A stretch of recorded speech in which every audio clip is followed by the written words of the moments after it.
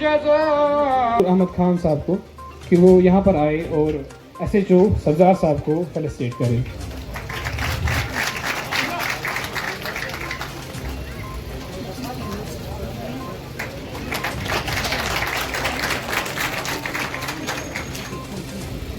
Thank you. अब मैं मदऊ करना चाहता हूँ नासिर अहमद वानी साहब को कि वो यहाँ आकर मुदस्सिर अहमद साहब को फेलिसिटेट करें।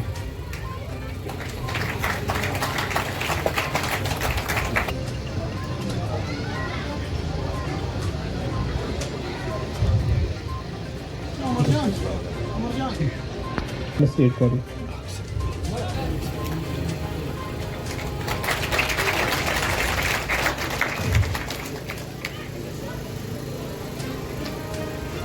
तो शुरुआत हुई मेरी ट्रेनिंग से, जिसमें मैं एक रिहैबिलिटेशन सेंटर पे गई और वहाँ मैंने एक बच्चे को देखा। मैंने उसके साथ बात की। बच्चा टॉप स्कोरर था, 98% 10th में लिए थे CBSE में, राइट। बच्चे के वालिदैन इस गुमान में थे कि हमारा बच्चा तो बहुत अच्छा कर रहा है।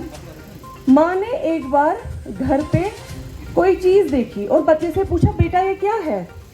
बेटे ने बोला, ये हमारी साइंस एक्सपेरिमेंट के लिए स्कूल लैब में कोई चीज़ चाहिए थी, आज मुझे टीचर ने बोला था कि आप लेके आना। ठीक है, माँ को तो गुमान था ना कि मेरा बच्चा बहुत अच्छा पढ़ता है।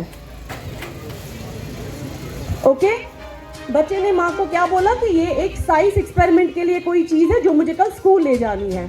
अब बच्चा तो टॉपर था ना, उसके लिए माँ बाप के पास शक करने के लिए कुछ था ही नहीं। उन्होंने शक भी नहीं किया कि ये क्या चीज़ है। और यहाँ से उस बच्चे की ज़िंदगी का डाउनफॉल शुरू हो गया।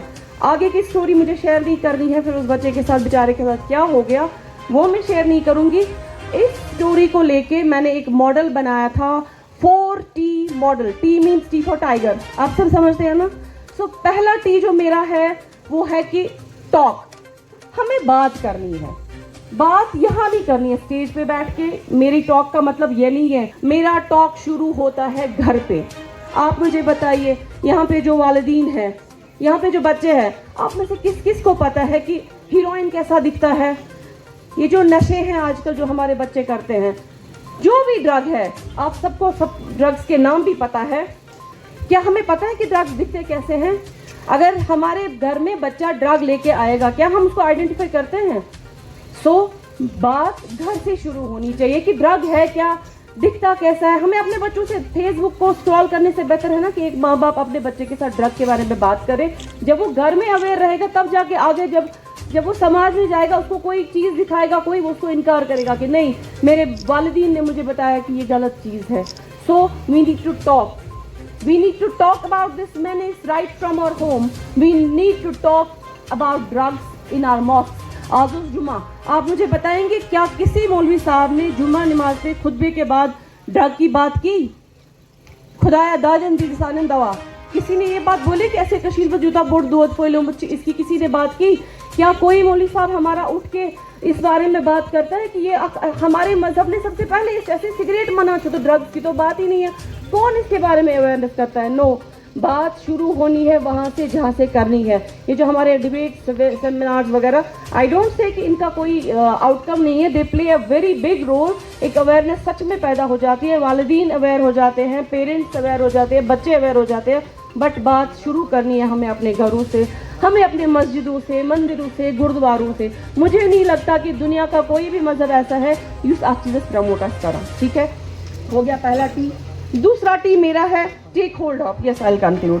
दूसरा T हमारा टेक होल्ड ऑफ। पेडलर्स का होल्ड करो, सोर्स का होल्ड करो, और जो हमारे बच्चे इसमें फंस चुके हैं उनका होल्ड करो। होल्ड करना मतलब सोर्स कौन है, कहाँ से, उन पे हमें काम करना है। इसको फैलाने वाला LG साहब ने, हमारे ऑनरेबल LG ने लास्ट टाइम 30 डेज का हमारे पास टारगेट दिया है हमारे पुलिस एडमिनिस्ट्रेशन को। लेकिन पुलिस सब कुछ नहीं करेंगे। अगर हम पुलिस की बात करेंगे फिर सिर्फ पुलिस वाले बाहर रहेंगे, हम सबको जेल जाना, बिकॉज हम सब किसी ना किसी तरीके से इसमें मुलविस है। क्योंकि जब हम खामोश रह गए, जिस वक्त शुरू हो गया ड्रग एडिक्शन, अगर हमने पहले बात की होती तो शायद आज ये आग नहीं लगी हुई होती।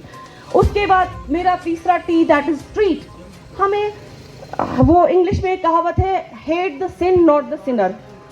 ड्रग को प्रमोट करने वालों को हेट करना है, लेकिन जो सिनर है, जो अब ड्रग एडिक्ट हमारा, उसको नफरत नहीं करनी। ये एक बीमारी है। आपने एक बहुत बड़ा जो एक हक है वो अपने होने का, अपने इंसान होने का हक अदा कर लिया। अगर आप कितना भी कर लें तो हम देखते हैं आए दिन आपके सामने कई मिसालें आती हैं। इन दिनों आप देखते हैं एक्शन काम इस पे पुलिस तो कर ही रही है, लेकिन आप ये देखते हैं कि हर दिन दूसरे दिन या कभी बीच में आप सुनते हैं कि फलां जगह कोई लड़का जो है उसकी नशा से, वैसे तो पता चलता नहीं है, कोई बताता नहीं है। हमारे डॉक्टर साहब ने बड़ी सही बात कही, अपने घर वाले बताने के लिए तैयार नहीं है कि हमारे बच्चे को प्रॉब्लम क्या है। अगर वो बीमार होता है या हॉस्पिटल लेके जाते हैं, कहीं बोलेगा इसको हार्ट की प्रॉब्लम है, कहीं कहेगा इसको फलां प्रॉब्लम है। एक्चुअल चीज़ जो होगा उसके लिए ना या तो शर्माएंगे या तो छुपाएंगे।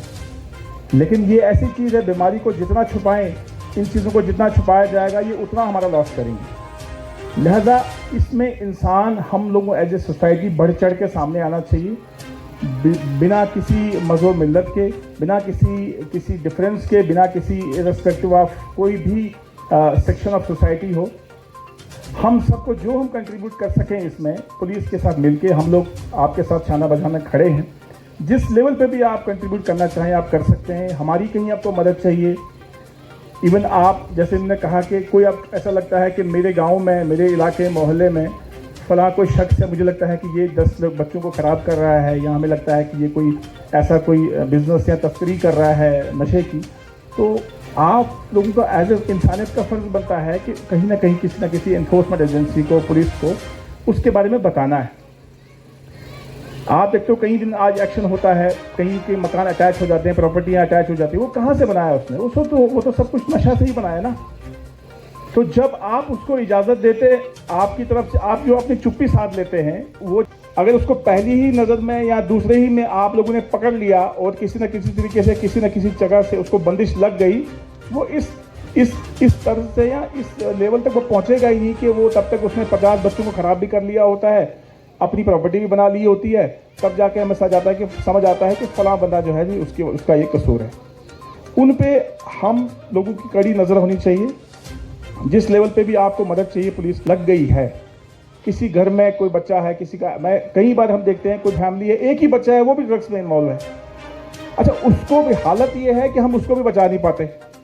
मतलब एज ए पेरेंट, घर वाले, मैंने कई बार अपने यहाँ इनफैक्ट मतलब कई जगह ऐसा हुआ कि मदर जो है, माँ खुद सामने आके, मतलब ऑफिस में आके मैं बताया कि साहब मेरा बच्चा जो है वो ड्रग्स में इन्वॉल्व है, मेरे घर की चीज़ें भी उसने बेच डाली हैं, मेरा मोबाइल तक भी वो लेकर गया है, मेरे मतलब कोई चीज़ घर की नहीं छोड़ रहा है जिसको बेच नहीं रहा, बिकॉज उसका इकोनॉमिकल कंडीशन घर का ऐसा होता है कि उसको चीज़ें ही बेचनी है। फिर तो तब जाके उसको समझ आती है, जब उसकी घर की चीज़ें भी गई और तब जाके ऐसा होता है कि साहब उसको किसी तरीके से बचाओ। ये स्टेज हमने पहले ही पकड़ लेनी है। अगर रब ना करे किसी को ऐसा लगता है, वो एज ए पेशेंट है, उसका इलाज करवाएं, उसका ट्रीटमेंट करवाएं, ठीक है ना। उसको ऐसा भी नहीं करना है कि आपने मोहल्ले से अलग कर देना है, आपने घर से अलग कर देना है, उससे कोई बात नहीं करेगा सीधी, ऐसा नहीं करना है। उसको बचाना भी है। जहां आम बच्चों को इस लत से दूर रखना है, और अगर किसी को लग गई है तो उसको बचाना भी है, वो भी हमारा ही फर्ज है। एज ए वो उसकी ज़िंदगी में उसका जीना वो उसका अपना राइट है। लेकिन जो आप घर वाले कर सकते हैं, जो एज ए पेरेंट कर सकते हैं, एज ए रिलेटिव, अगर किसी के घर का ऐसा भी है, कई जगह ऐसा है, पेरेंट में कुछ जरा ऐसा इतना माँ बाप भाई इतना कोई वेल वर्स नहीं है या इतना वाकिफ़ नहीं है बाहर, या किसी तरीके से वो बाहर निकल के आता नहीं है, तो उसके रिलेशन में जो है, उसका कोई फर्स्ट कज़न है, कोई रिलेशन में आता है, उसको चाहिए कि अपने रिलेशन में देखना। बिकॉज आज इससे बड़ा चैलेंज जो है ना, यहाँ अगर हम देखते हैं ड्रग्स का जो मामला है, एक बहुत बड़ा चैलेंज है। इसको हम सब ने, ये जो इनिशिएटिव अगर गवर्नमेंट का भी आप देखेंगे ना, ये इसीलिए किया गया है कि इसको किसी न किसी तरीके से इसको रोका जाए, इसको यहीं पे रोका जाए, अपनी नस्लों को, अपनी पीढ़ियों को बचाना है, ठीक है ना। खाली हम यहाँ आके जैसे जिस ऑर्गेनाइजिंग कमेटी ने उसको किया है, मैं इनको मुबारकबाद देता हूँ। पहले तो ये सोचना है कि हम ये करेंगे, पहले तो इसी चीज़ का बेड़ा उठाना है कि हम ऐसा प्रोग्राम करेंगे, हम 100 लोगों को इकट्ठा करेंगे और उनको सुनाएंगे कि भाई ये चीज़ें, इसके नुकसान ये हैं, नशा के नुकसान ये हैं, इससे ये चीज़ें होती हैं, इससे आपकी हेल्थ भी जाती है, आपका पैसा भी जाता है, आपकी इज्जत भी जाती है। मुझे बताओ, आप अगर थोड़ा एवरेज लगा लें ना, कैलकुलेशन भी लगा लें, आप मुझे बताएं कितने ऐसे बच्चे होंगे जो ड्रग्स भी करते होंगे और पढ़ाई में भी बहुत अच्छे होंगे, और फिर रेप केस में कोई होगा वो भी आने वाले जाने में कुछ 1-2 साल चलेगा, उसके बाद उसने भी बैठ जाना है अगर हम उसका ध्यान ना रखें तो। लिहाजा हम सबकी जिम्मेदारी है, हम सबकी जिम्मेदारी ये बनती है हम किसी न किसी लेवल पर कंट्रीब्यूट करें ताकि इस पूरे नशा की इस वबा को, इस जहर को हम लोग जल्द अज जल्द ख़त्म करें। Thank you. Thank you.